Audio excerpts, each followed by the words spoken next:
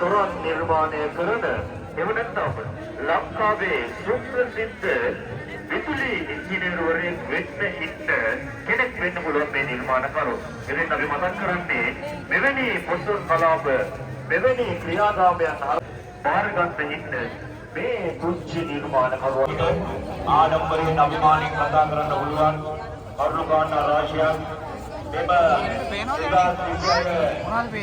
පොසොන්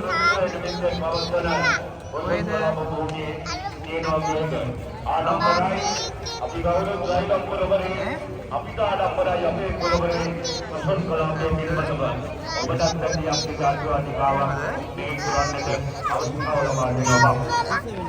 මේ පොරවරේට හරිදී බලන්න පුළුවන්.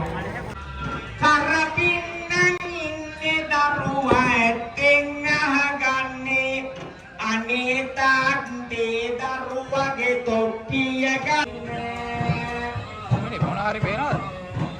මොනවද පේන්නේ? කරපින්නගෙන දරුවා වගේ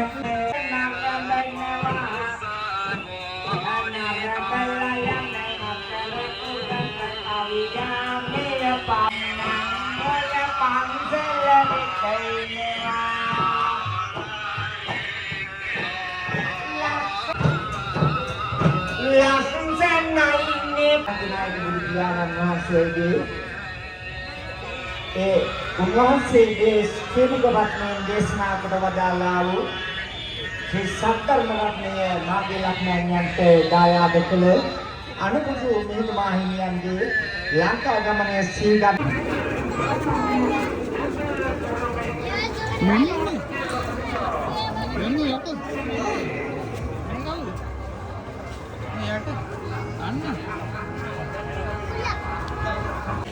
Babaw din.